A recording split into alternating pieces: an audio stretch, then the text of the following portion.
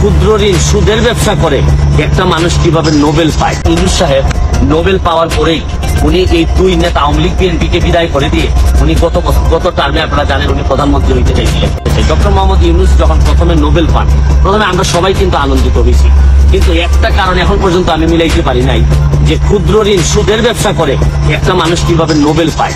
এবং আপনি আরেকটা জিনিস বাংলাদেশের বিবেচনায় আপনাদেরকে বলতে চাই, ক্ষুদ্র ঋণের ব্যবসা করে ব্যবসাতে ঋণ নিয়ে কেউ বৃহৎ হয়েছে আমার জানা নাই, অথচ ডক্টর মোহাম্মদ ইউনূসের মতো লোকরা ক্ষুদ্র ঋণের ব্যবসা করে এত বড় হয়ে গেছেন যে হিলারি ক্লিন্টনের মতো লোকের নির্বাচনী প্রচারণায় তারা টাকা পর্যন্ত তারা ব্যয় করতেছেন বাংলাদেশে থেকে।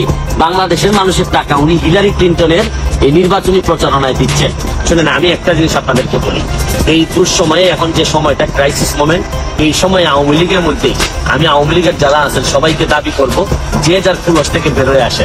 প্রতিবাদ করার সময় আছে, আমাদের যা যা আছে তার বিভিন্ন সময় আমরা বলবো আমাদের দুর্নীতির বিরুদ্ধে যুদ্ধ চলতে থাকবে। কিন্তু এখন মনে রাখবেন যে জননেত্রী শেখ হাসিনা, আমি বারবার বলছি যে উনি যদি না থাকেন তাহলে আমাদের মতো মানুষের প্রতিবাদ করার সাহসও থাকবে না।